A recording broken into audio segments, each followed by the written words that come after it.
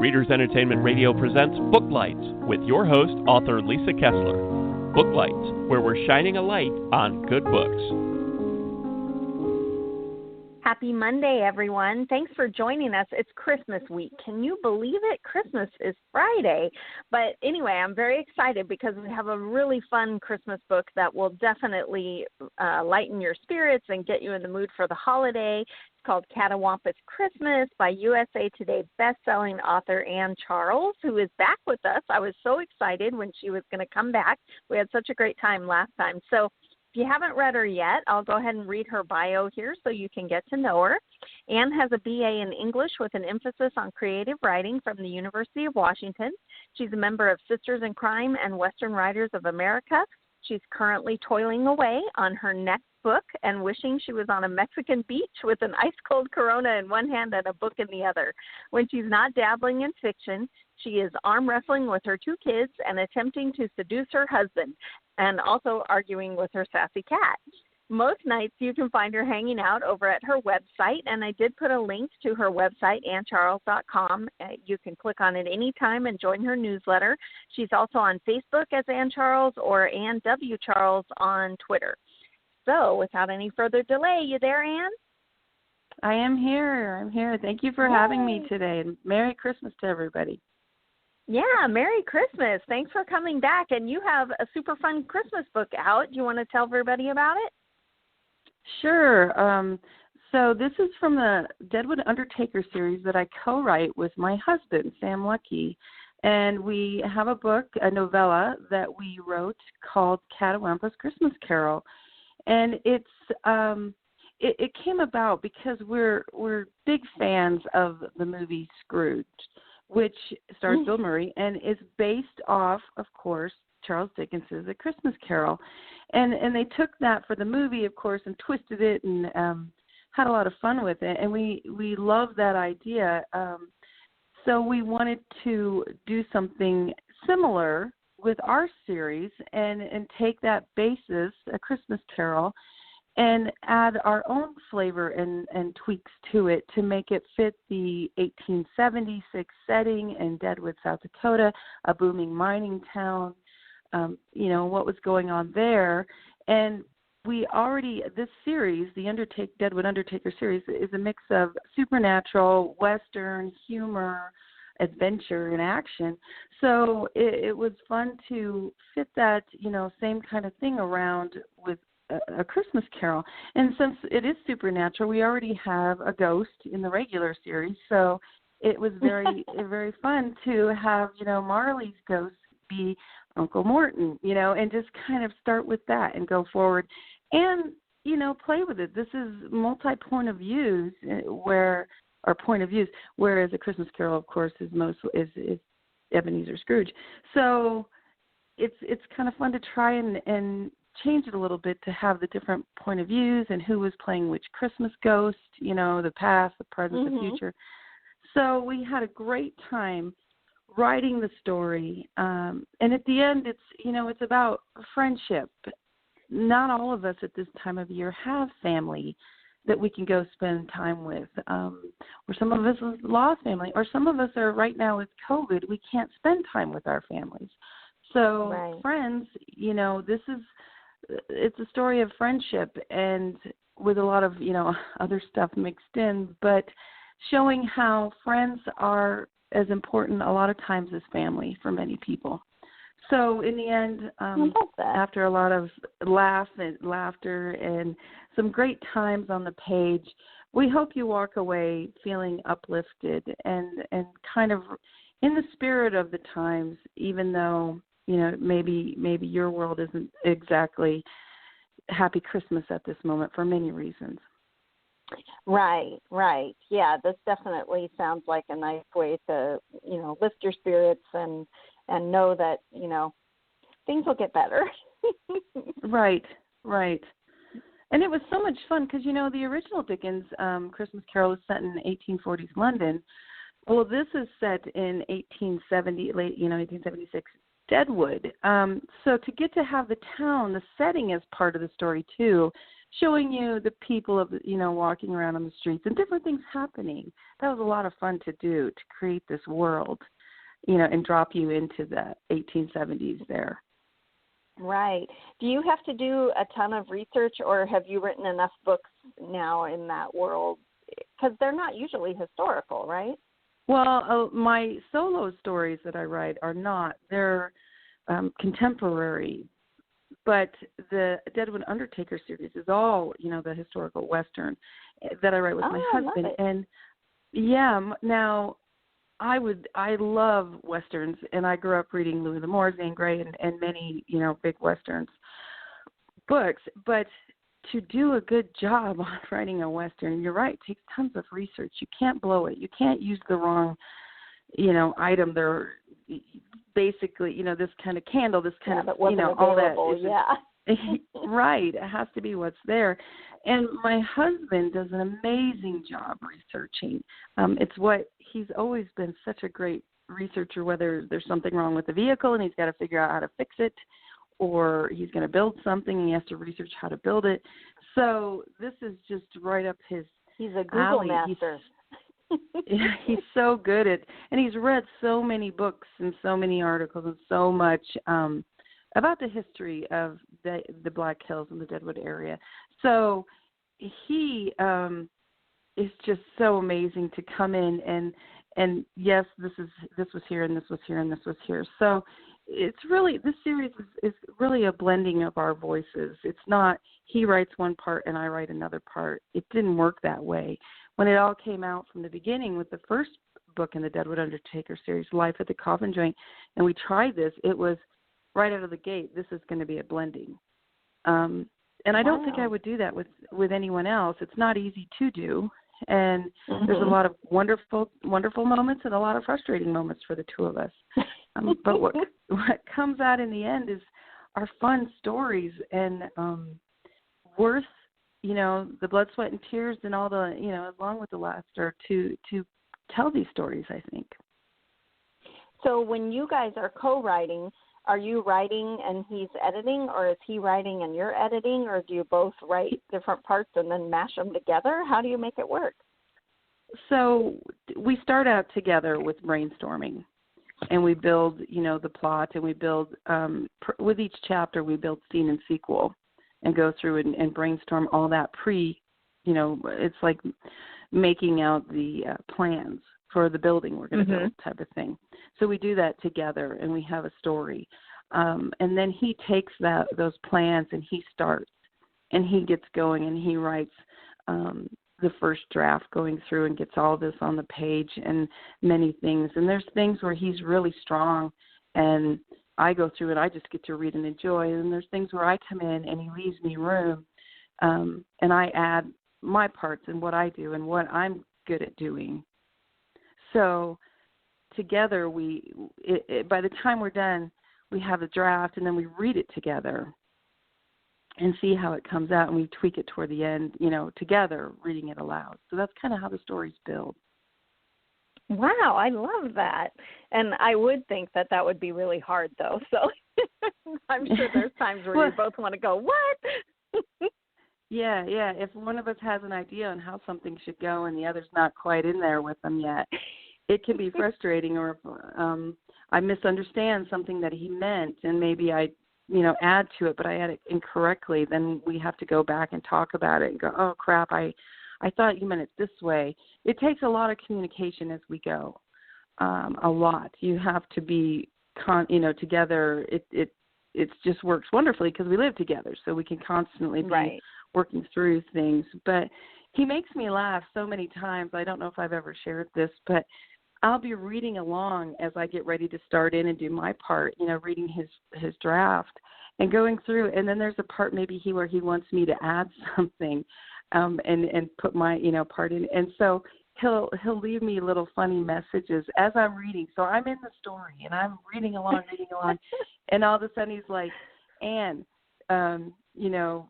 this is loosey-goosey. I don't know that but it'd be like, Anne, add some smooches here, or smoochy here, or something like that. Or he'll add a whole line of something, and then Anne stepped in and did this, and this. And it's usually something hilarious to where it not only it pulls me out of this like someone throwing, sprinkling water at my face because like, oh my gosh, what? And then I start laughing, because it's like, oh my gosh, really? So, and because we're married, sometimes they're a little risque, the things he tells me in this text, which is so fun. I mean, it's great for our relationship too, that we have this, it's like a secret thing we can do together where he'll put that in and then I'll just laugh and come talk to him, or whatever. So it's a lot of fun too, working with him like that. Oh, I love it. That sounds great. And how many books are in the Undertaker series? Currently we have 3 books out, and then this would be 3.5 if you're reading them in time order, in order they come out. Yeah. So, and then we've got book 4 is what we're currently working on, and we hope to have out this coming summer, 2021. And that's called... Oh, go ahead. I was just going to, no, it's okay. And then I realized I hadn't said any of the names hardly. But so we have Life at the Coffin Joint, A Long Way from Ordinary, Can't Write Around It. Then there's Catawampus, Christmas Carol. And then the 4th book is The Backside of Hades. So nice. Those are the books coming that we have in the series so far. And it's actually the first book, Coffin Joint, is going to actually come out in audio book this January. So we're excited to have, and the next one they'll be coming too. So we have them coming in 2021 in audio as well as print and ebook.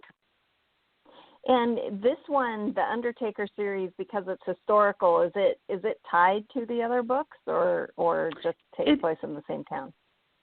It is. Well, it's tied in that it's like a prequel to my contemporary Deadwood Mystery series. Same town, same world. And because the Deadwood Mystery series, the contemporary one, is also supernatural, there are all kinds of creatures and different things, and they don't go by human timelines. You see some of the characters in this book, people that are ghosts, maybe when they were alive. They were alive. I love it. People that aren't human, that have a different timeline for their life, that are in both books. So it's really fun. If you enjoy the contemporary Deadwood Mystery world that I've built and you read this one, you're going to find characters, see characters get to know them better, for those that maybe are ghosts in the future or in the contemporary. You'll get to see them alive and meet them and see what they were like. And it really kind of fills out the world even more of, the contemporary one I built by giving you the background of what happened before the big, the current one and all that went on before that maybe in the contemporary one, my main character, Violet, is still dealing with and having to take care of now. So They are tied, very much so, but yet you can still read the series without having read the other one, and it won't affect it. It just makes it even more richer. Richer if you've read one or the other. And then you combine and read the two, you can really get a feel for.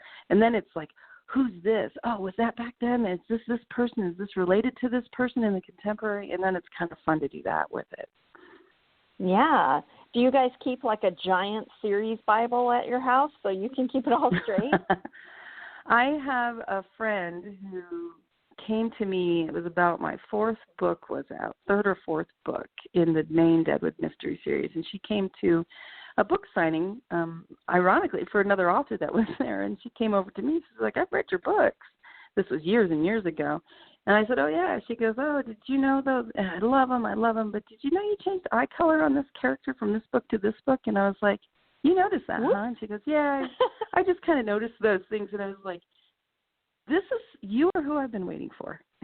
Because I need help. Because this is going to be a big series, and it's going to take a lot of work to keep track of it all. And I could use someone, if you enjoy doing story world building, keeping track, I could use your help so much so with what's to come. And so she signed on way back when, and she actually has her own business now. It's Your World Keeper, I'm pretty sure is the name of it. You can find it through Facebook or online. But, yeah, she actually does it for other authors, too. But we started out together with her helping me with all my different, I have 5 different series running. And so when she started, I only had 2, getting the 3rd one up and running. But So she has a OneNote, Microsoft OneNote that she uses, and she keeps track of everything, amazing details for me, along with each question that doesn't fully get answered at the end of a book, because it's a series, so there are some threads, plot threads or story threads that go over books, many books. So I have, that listed as well, and down to details like eye color, nicknames used for this character and by whom, so it's really important when you're doing a big series or multiples that tie in like this to have that, because readers are so smart and they will catch when you screw something up. So you have to be, as well as telling a good story, you have to be, in my opinion, pretty diligent about details and keeping it all straight. And so we try. I try it as best I can. Yeah, we try our best. But you want it to be the same so that when somebody steps in with their best friends, when they open the next book, suddenly their eye color hasn't changed. I know, right? And it's amazing how easy it is to do that as an author. The littlest details you can, as well as continuity, story continuity. You might forget when you've written 10 books that back in book 8 you did say this already. And so I also, before I start a new book, I reread the entire series again. And for the main series, my main series, which I'm working on book 12 now, the Deadwood Mystery Series, that alone. Wow, you read all 11 first? I do. And I'm really tired of book 1, but there's little nuggets in there still that I go, I could really play on that. And then it's kind of cool because if you're reading book 12 and it plays clear back to something said in book 1 or 2, it's really fun if you have been paying attention. So I try to write to readers that maybe only read a book once and just want the fun of one read through. But then I also try to keep in mind there's readers like me who, if you really love a book, you will read it over and over and over, just like watching a movie over and over. And so I want to put stuff in the stories for those readers as well to give them, maybe on their 4th reading, they go, oh my gosh, it was all here. It's here, and I want to give them that kind of depth of fun in the stories as well. Oh, I love that. And when I was poking around on your website, you have like mini series. Are they all connected or are some of them totally separate? Because it looked like a few of them are attached to Deadwood, right? Yeah, so I have the Deadwood Undertaker series, which is the historical supernatural. And as I said, it's the prequel basically to the Deadwood Mystery Series, contemporary. And then I have Jackrabbit Junction Mystery Series, which they are connected. They're in the same story world in that the heroine of the Deadwood Mystery Series grew up in the house next to the main heroine in the Jackrabbit Junction series. Now, Jackrabbit Junction takes place in Arizona, whereas Deadwood, South Dakota. But it's because that family has moved down to Arizona to an RV park where the grandfather originally went. But they know each other. And not only do they know each other from growing up next to each other and hanging out and playing, the cousin of the Jackrabbit characters, the Morgan sisters' cousin Natalie, is the best friend of Violet in the Deadwood Mystery Series. So Natalie will go back and forth between series and hang out with her cousins and then go back and be with her best friend Violet in Deadwood and part of that. So I'll do some stories where sometimes Natalie's down south, and there's other characters like that I move around. And then there's the Dig Site Mystery Series I have, which is archaeology down in Maya territory in the Yucatan Peninsula area of Mexico. It's archaeology, kind of adventure, suspense, a mix of all that. And the hero in that is Quint Parker, who is the brother of Violet Parker. So they're tied that way, as well as that is also supernatural down there. So the supernatural worlds are connecting in those 2 series. The only series that currently doesn't have a connection yet, because there is, I just haven't spelled it out on the page, is the Silly Circus series. And those are just novellas, so they're shorter stories. But there is a connection, and it will come in time when I reveal it. But for now, it seems to float out on its own. And where does that one take place? That one is on a traveling circus train. So you go from state to state so it goes to fictional everywhere. towns. Yeah. So far they've been in, I think the first one was Alabama, the second one's Louisiana, and the third one will take place in Texas when I get to it. Oh, wow. How do you keep all the books coming out for each series? Does each series get a book a year, or how do you do it? I wish I wrote that fast. I usually write a main Deadwood mystery series one a year because the fans love it, and that's one of the favorites. So that one book a year comes out typically. And then for the others, I juggle back and forth. I put out Jackrabbit Junction number 5. That was just, what was that? Oh, geez, my brain went. It's Prickly Pear Posse. There's something in the Prickly Pear Posse. So that one came out, oh boy, I think it was actually 2019 because 2020 was Deadwood. And then we've been building this Undertaker series. So I actually put more time into getting the Undertaker series because, as you know, as an author, if you're having a series, you really need to get about 5 books in before they really start getting some traction. To take off. So so Jackrabbit's up to 5, and I'll be working on book 6, I hope, at the end of 2021 for that series. And Undertakers, we're working on 4, so we're getting there. And, of course, Deadwood, I'm on 12, which will come out next year. Or I'm hoping late spring or early spring. So I try to keep going and keep, every other is a Deadwood or, just keep mixing it up. But I only have 2 Dig Site series books, and I really want to write more of those. So I'm going to take a chunk of time and write the 3rd book in that series this coming year. Come hell or high water, I'm going to do it. So for the readers out there who love that one, another book coming. I know it's coming. It's been hectic, and then 2020 came and kind of knocked me sideways, like so many people, with all kinds of things coming through that, of course, make it hard to write when real life is coming into play. So just keep on going, keep writing what I can, and one of my goals in the next year is to return to just feeling the joy of storytelling. You know what I mean, when you write because you love it, not because of deadlines or anything like that, just telling a story because you love to tell stories. So I want to try to focus on that and hope that comes out on the pages. Oh, I love that. And I think we may have talked about this last time you were on, but for the people who didn't catch that, what was your inspiration behind the whole Deadwood? What made you choose that town? What made the idea come alive? Where did it all come from? So the main Deadwood Mystery Series, I spent time, my mom moved to the Black Hills from Northwest Ohio when I was 7th grade, at the end of 7th grade, I believe. And so I went there, and I started being there a lot because my mom lived there and spending time with her, holidays, Christmas is holidays, summer, as much as I could, and then going back and forth between my parents who were divorced. So I grew up partway in Deadwood, spent so much time there in my early years, and just hanging around the town, visiting the museums, doing what kids do when you're bored and your parents are at work, but you can't, you want to hang out in town a little bit.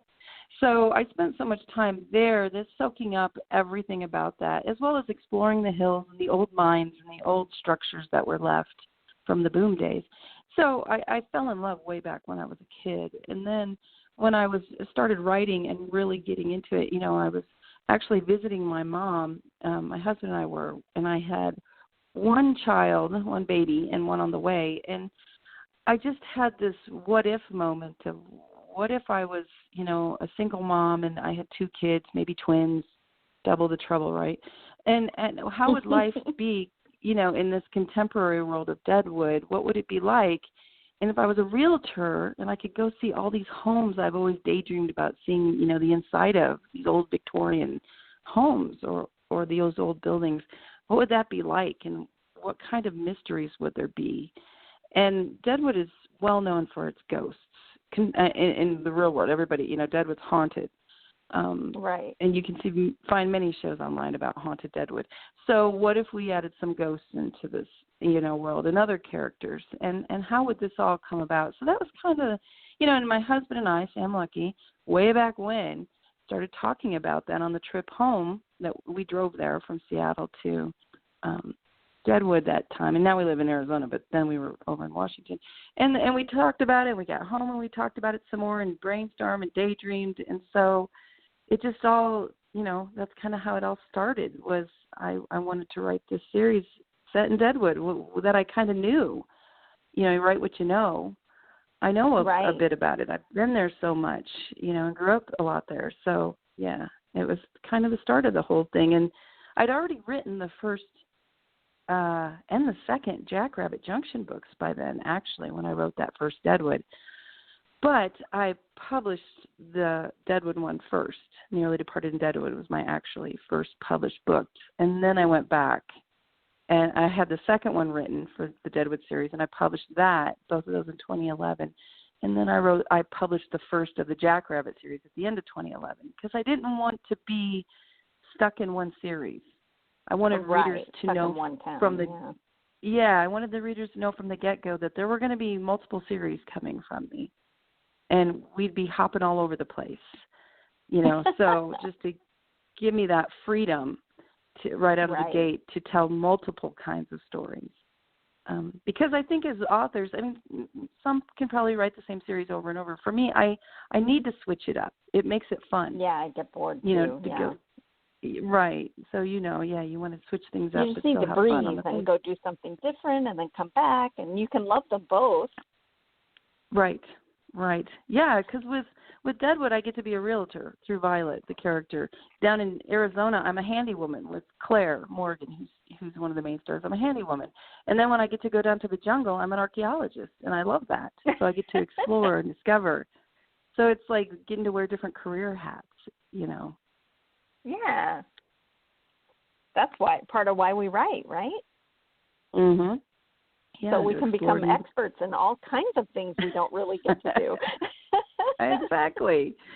That's right, exactly.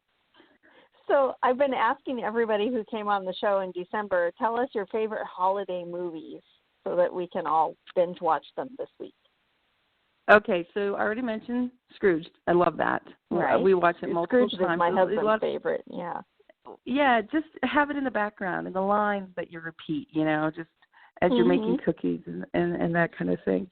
I'm always at least once, if not multiple times, White Christmas, just in the background. Sometimes I sit and watch certain parts, and singing that snow. Good music, snow. Yeah, it's fun to do that and see parts of that. So that's always one. I'm also, the first Home Alone's fun. That was fresh and good, and the characters in that are great, and the kids love it. We also we watched Die Hard this time, so we could have a little bit of different Die Hard. And then last night we watched Lethal Weapon, because that's also Christmas time. I always forget that happens at Christmas time. Yeah, it's a Christmas movie. They have the trees, they have all the stuff up there. So we've been trying that. So our kids are now a little older; they're in their teens. So here, try this. See what you think of this, instead of maybe some of the old classics. And there's one I like to watch, and I don't often mention, but I will tell you, it is rated R. But it's Happy. It's the series. There's 8 in the first series. Happy. I don't know if you've heard of that. It's on Netflix, I believe. It stars one of the guys, I think it's in Law and Order, and he's so funny and expressive. But again, it's really not for kids. It is more adult, with language and a few other things in it. But it is Christmas. The whole thing's set over Christmas, neat. And kind of a bad Santa thing. And he's got to help his daughter who gets kidnapped. But it's not as dire as it sounds. It is, but there's so much humor, dark humor and stuff in it that I do enjoy. It's a little twisted. It's got a blue flying unicorn. Patton Oswalt is the voice of. Oh my God. And he's an innocent kid's imaginary unicorn, and he's stuck with the dad, who's a long time used to be a cop, but has gone off the deep end cop. So it's the torrid world of that, you know, along with this happy unicorn that's trying to find the girl, too, and working together. So they're really funny together. And I'm a huge unicorn fan, so I will definitely check it out. Check it out. Just like I said, it starts right out of the gate is, wow, what is this? Holy cow. And again, it's not for kids. It's much more. It's an adult, and it's dark, but it's as a writer, the way he, the hero, dark hero, of course, the way he says stuff, his facial expressions, his body language, I sit there and I try to think, how can I capture some of this and describe it on the page without bogging you down, you know? Right. And I love to watch shows for that, to try to figure out how to take a setting or something and then put it on the page and make it come alive that way. So it's, as a writer, I think you'll enjoy watching the body language that he does, because he's very expressive. Oh, I can't wait. So we're out of time, but before we go, how can readers get in touch with you? Do you have a newsletter? How do you like them to reach out? Multiple ways. I'm all over the place. You can come through my website. I have a connect page on my website where you can actually send me an email, or you can sign up for my newsletter there as well. I'm also on Instagram. I'm on Twitter. I'm on Facebook. I'm on Snapchat, but I'll be honest, I just like to take funny pictures and put them elsewhere and send them to family members. So that's my main Snapchat thing. But I am, and it's the most you're going to find me, I'm on Instagram and Facebook. That's where I hang out the most. Twitter is not one of my main places to go to, because that scrolling, I'm like, what's going on? Everything's moving so fast. I know, you get all sucked in. Yeah. Yeah. And I started TikTok, but I haven't built that yet. Because I get, again, over there, I get very distracted in TikTok land because it's so fun. Yes, there's so many videos. Yeah. But yeah, Facebook is my main, where you can always, I check multiple times a day, as well as Instagram. And then, like I said, you can email me. So, and I try to get back with people within a day or so, unless, you know, there's life going on, and I get back as soon as I can. So. Well, thank you for giving us a little bit of your time during Christmas week. And everyone listening, please go grab Catawampus Christmas Carol. It sounds like it will definitely be a way to lift your spirits during this very strange holiday time that we're having in 2020. Yes. Thanks so much for being here. Thanks for joining us on Booklights. Be sure to connect with us at www.readersentertainment.com for articles, blogs, videos, and podcasts that matter to readers.